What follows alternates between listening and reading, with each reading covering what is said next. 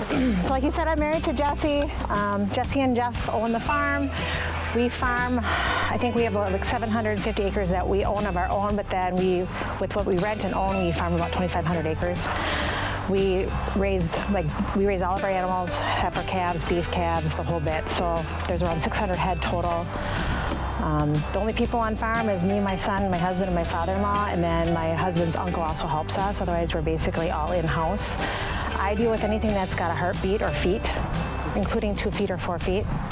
So the 4 feet are easier than the 2 feet. So basically, we dairy at home. I got beef that go underneath this road. So if you see cattle way down in the corner, those actually go underneath the road. That was put in from my husband's grandfather. That's the original farm up there. We have all our heifers from out of huts. They transition there, and then when they're confirmed pregnant, we let them out up there, and then this is where they also come, because otherwise they burn off our paddock way too fast.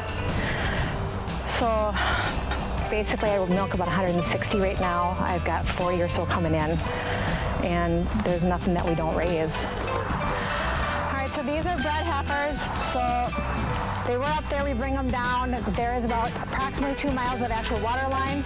It comes all the way from the home farm, it comes up the hill, and then it zigs lines through every other fence line. Basically, we bring them up in small groups at first, like around 10, 12.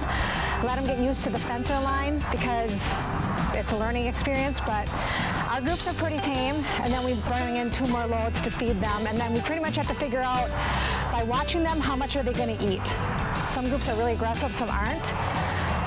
So basically, after a couple days, they get used to following me, so they hear the gator, they see me come out. It takes me about 15 minutes to move everything. I have a removable water hose that I will go over there and I'll unhook it. I'm going to dump it, and then I move it to the next port. They're about 250 feet apart, and I got a 75-foot hose line connected to it to bring it out. And then after they're up here for a couple days, I bring up a mineral tub. It's a rumen booster tub we get through Clintonville. It's about a 50-pound tub because I can lift that and move that. I place that somewhat near to their water so they can find it. After that, it's a free-for-all, just slide everything through. So this is the real driver of how the system works. It's just a reel. It's got poly wire. It's electrified once it's hung on the fence, and the step-in posts behind. And then you can walk, like I said, you can create circles, triangles, any kind of shape you want. You can create lanes and move them from here to there. You can do all kinds of, it's very flexible. My thing is, I yell girly and I clap. They follow me through. At the end of the season, when we bring them home, we literally follow me like Pied Piper. They cross that driveway, they walk all the way home and into the barn. Nobody runs away, it's all by the sound of voice. We run them down this way, and then they'll be in the woods, and they're going to zig all the way the other way just by a voice clap. When it's really hot, we can run them into the woods, which gives them that cover and that calmness. But I guess what I love about this, to me, I gather their personality. You know, it's kind of like if you got someone who's very, very active, and suddenly they're not anymore, more likely to feel like excuse my language, it's just the way they are.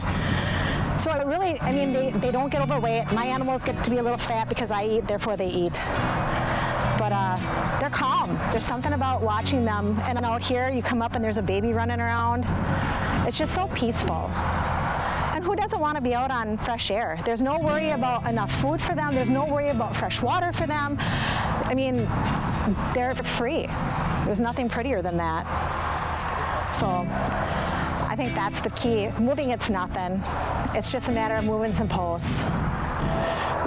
Really what grazing comes down to is rest and rotation. So what we're trying to do is size paddocks and acreage to fit animal numbers. So she's got 20 head out here. On a general layout, I think she's got about 4/10 of an acre or so is what she's giving them every day. So what we want to do as planners, as we work with setting up these systems, is we try to base it off of a 31-day rotation, maybe a little bit longer depending on the situation, how many acres are available, so that you have adequate rest for the grass to recover. So when we talk rotational grazing, we're talking about the rotation around the paddock and leaving enough residue behind so that the plant can recover without using it's root energy. So Barry mentioned it before, when the cow comes by, you want her to have a nice full diverse bite off the top, and that should really be the only bite she takes in that pasture, so that the rest of the grass remaining then puts its energy in the regrowth once you move on the next day. So we're sizing it so each cow has 1, maybe 2 bites off the top of that plant. We got diversity.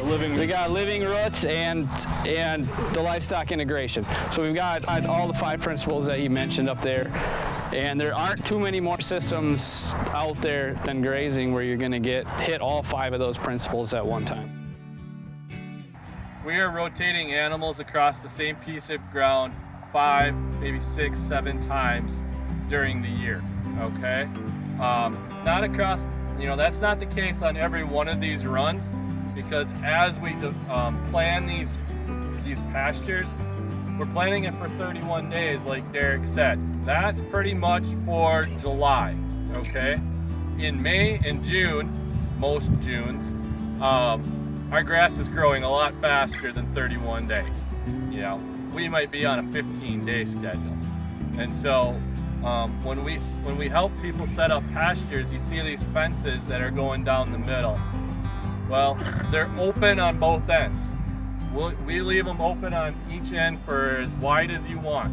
So if you want to cut hay on half of this and bring a semi in here, you can make your turns. All your wasting, if you want to call it wasting, is maybe 2 feet. Put on each side of that fence, okay? And so it's pretty common in June to go in there and cut half of this pasture off for stored feed, okay? Running the economics, and we ran this past some bankers to make sure that we are using sound numbers. Even starting with a field that's bare, no infrastructure, fence and all that, we can come in pretty close to about $1 a day, okay?